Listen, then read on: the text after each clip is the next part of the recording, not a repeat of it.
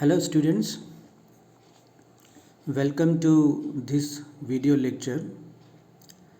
This video lecture is based on a poem by Robert Burns, A Red Red Rose. This poem is prescribed for BCom final year semester 5. Let's start with the biography of Robert Burns.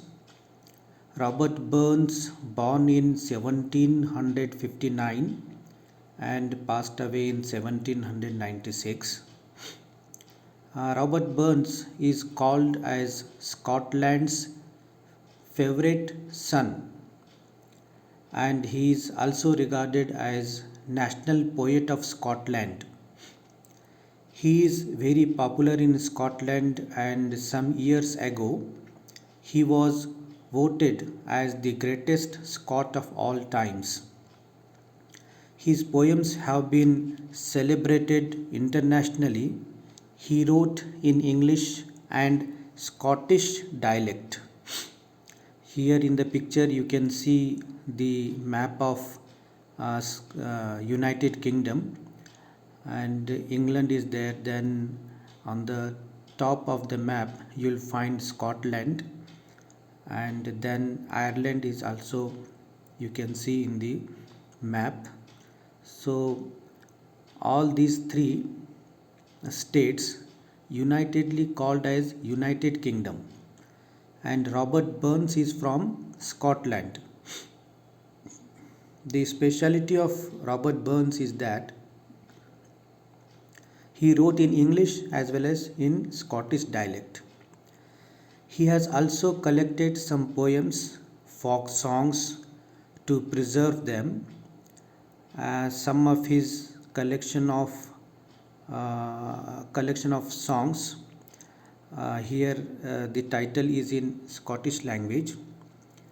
In English, another title of a song is To a Mouse, and Tam O' Shanter are some of his most popular poems.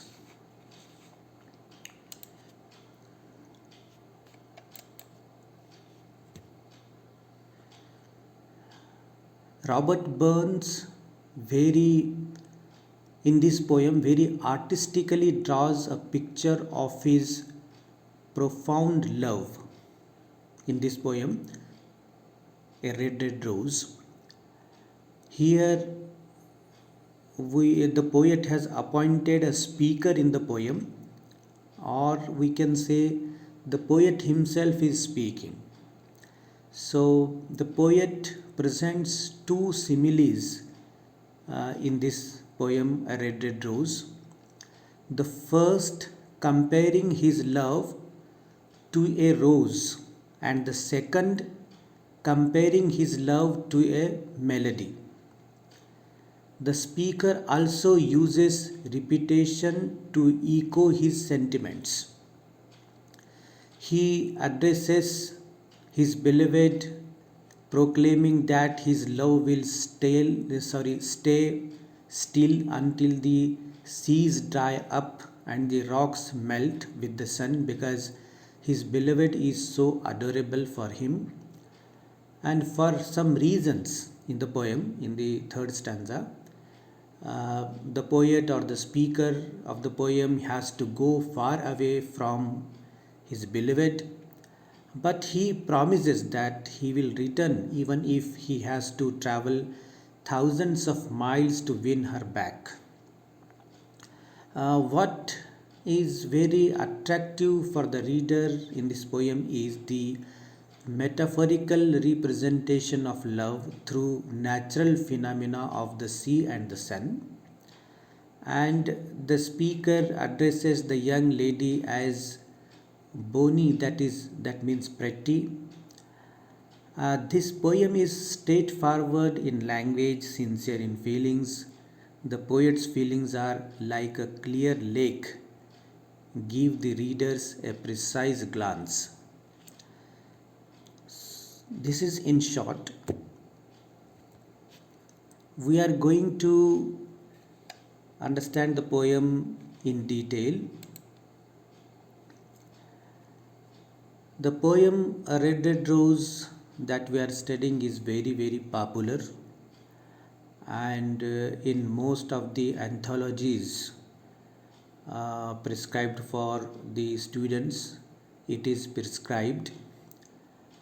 And Robert Burns, as we came to know, that he is a very famous Scottish poet, and this poem is most popular love poems, and it was first published in 1794. The poem explores the phenomenon of love. It compares the narrator's attempt to express the depth of his love. Since its publication, it has gained a lot of popularity across the globe. It is a representative poem of love. The poet very artistically draws the picture of his love. He paints his love with intense emotions, and he compares his love with a red rose and sweet melody, as I have already told you. And what is important in the poem is that, we have to consider the theme of the poem as well. So, from the very title, that my love is like a red rose, we understand that the poem is about love. The central theme of the poem is love and separation. These are the two major themes of the poem, love and separation. The poet has layered them with using metaphors of natural objects. The poem is primarily concerned with the speaker's love uh, for his beloved. He adores her beauty and expresses his immeasurable love for her. His love is so deep rooted that it will stay forever, no matter what happens.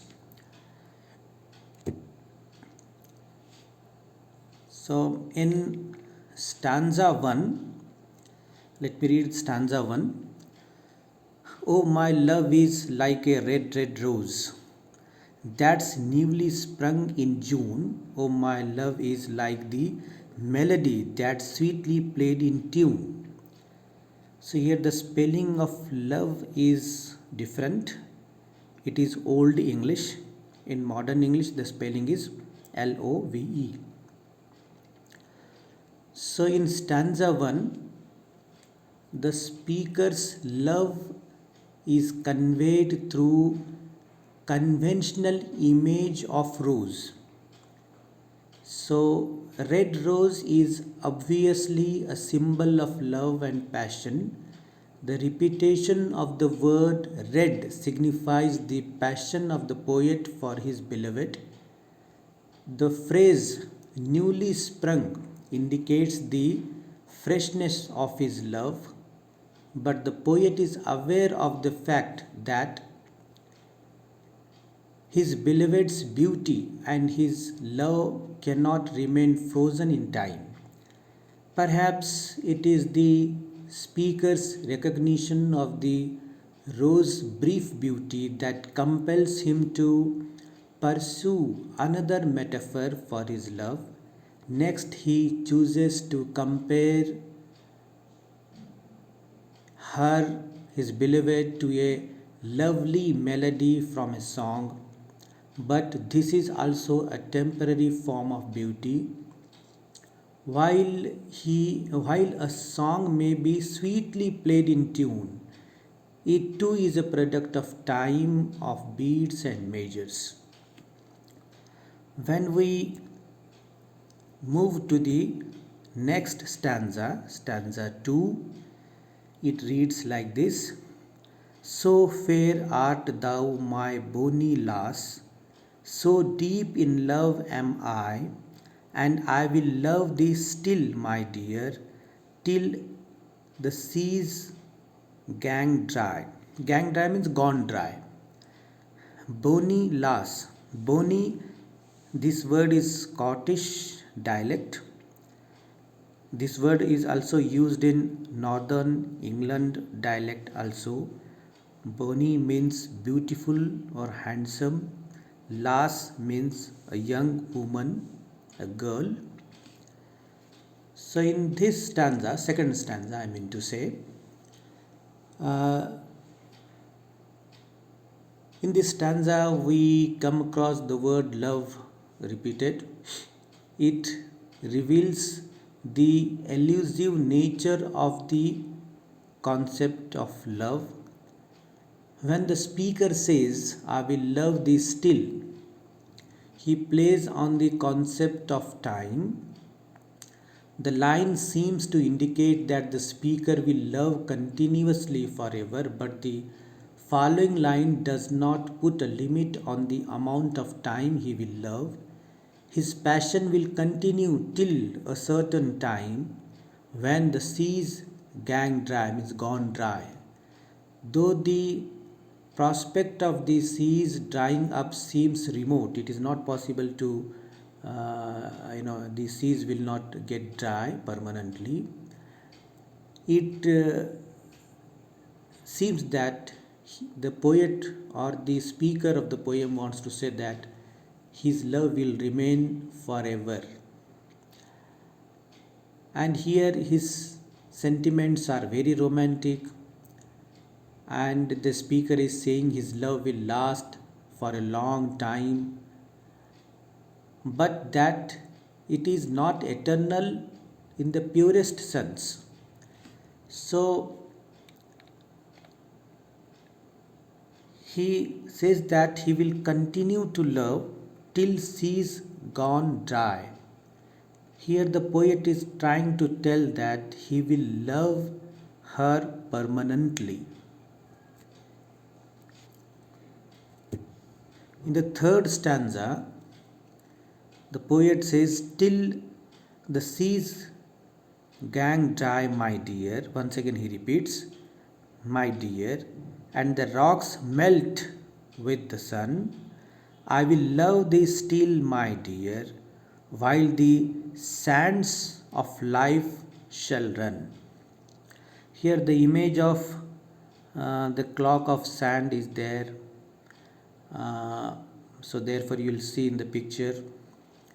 So here the repetition of the word till and the seas gone dry is in keeping with the song's musicality, but in it there is also a hint of reconsideration, as if the speaker has just understood the implications of what he has said. From this, he moves to another attempt to express eternity, yet this too depends on the word till. He will love until the rocks melt with the sun, but the rocks may indeed melt one day or erode, in any case, under the effects of the sun, wind, and weather. At that point, his love will cease, so again, his sentiments are not wholly timeless. Line 12 also casts some doubt on the speaker's intentions, since it can be interpreted two ways. In one sense, he could mean that their love is separate, above or beyond the sands of time. This indicates that it will last forever and won't change or end because of time. On the other hand, he almost seems to emphasize the fact that the sands are running, which is to say, time is running out. As sand runs out of the hourglass, this direct reference to time also reminds us of the first two lines in the poem, the momentary time bound state of a red rose that's newly sprung in June. If we read in this way, we feel that the poem is just like a love ballad. And when we go further, to the fourth stanza. Let me read it. And fare thee weel, my only love, and fare thee weel awhile, and I will come again, my love, though it were 10,000 mile. So, in the last stanza, we come across the theme of separation. Then the speaker turns from the concept of time to that of parting, separation. He is journeying away from his love, assuming her that he will be true and will return. Yet the concept of time enters here as well. The speaker will transcend not only vast distance to be with his love but also time itself. With words like a while and again, draws the poem back to the main concern of the first three stanzas. Here, hope that the student understood the theme of the poem. Now we are going to understand the analysis of literary devices in the poem A Red Red Rose. The literary devices are tools that enable the writers or the poet to present their ideas, emotions, and feelings, and also help the readers understand those more profound meanings. Robert Burns has also used some literary elements in this poem to show the beauty of the beloved and the intensity of his love.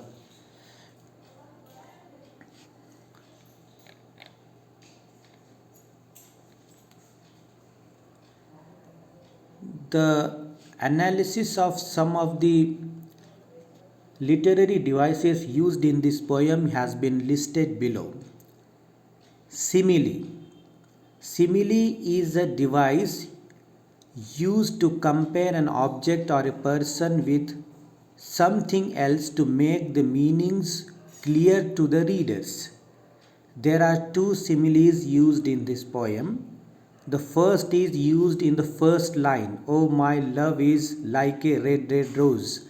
Like a red, red rose. So, this is comparison, this is simile. Here, the poet compares his beloved with a red rose.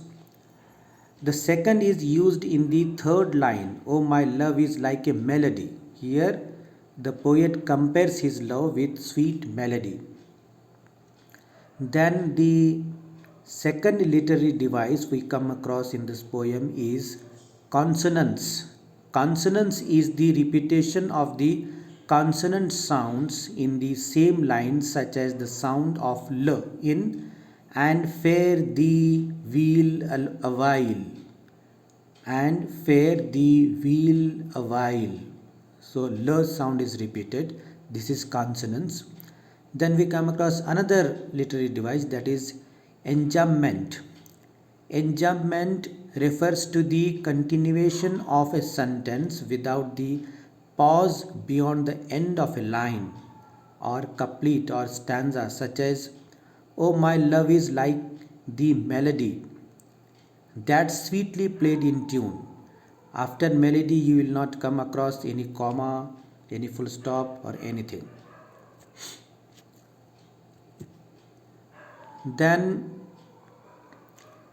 we come across in the poem symbolism as well. Symbolism means to use symbols to signify ideas and qualities, giving them symbolic meanings different from their literal meanings. So the poet has used rose as a symbol of love. Alliteration is the repetition of consonant sounds in the same line, such as the sounds of L and R in Oh, my love is like a red, red rose. Then imagery is a very distinct representation of something that can be experienced or understood through five senses. Robert Burns has used visual imagery in the poem, such as, oh, my love is like a red, red rose. and the rocks melt with the sun, and while the sands of life shall run. The imagery is very clear here. Then hyperbole is a device, literary device used to exaggerate a statement for the sake of emphasis. The poet has used hyperbole in the last line of the second sentence. Till the seas gang dry. He says that his love will flow even when the seas dry up. The second is used in the third stanza, and the rocks melt with the sun. Assonance is also one of the literary devices. It is repetition of vowel sounds in the same line, such as the sound I, I in I will love thee still, my dear. These are the literary devices. Now let's analyze the poem by keeping in mind these literary devices, and the poetic and literary devices are the same, but few are used only in poetry. Here is the analysis of poetic devices. Now let's see poetic devices. Stanza. So stanza is a poetic form of some lines. There are four stanzas in this poem. Each stanza contains four lines, as we read in the poem. Then a quatrain is a four-line stanza borrowed from Persian poetry actually. Here each stanza in this poem is a quatrain, means four lines. The first and the second one rhyme together, that is. Then what is the rhyming scheme is also very important in the poem. The poem A Red Red Rose follows A B C B, this rhyming scheme pattern, and iambic trimeter is there, rhyming scheme. Iambic trimeter is a meter in which there are three iambs per line. For example, that's newly sprung in June. Iambic tetrameter is a meter in which there are four iambic feet per line. For example, as fair art thou, my bonny lass. There is a repetition of the line I will love thee still, my dear, which has created musical quality in the poem. Then the refrain is also there, the lines that are repeated again and again at some after some interval of time, that is called refrain. The line and I will love thee still, my dear is a refrain in this poem. And when we speak of this poem, the following four lines are often quoted. My love is like a red, red rose that's newly sprung in June. My love is like the melody that's sweetly played in tune. Here we stop. Hope that you all understood the poem perfectly.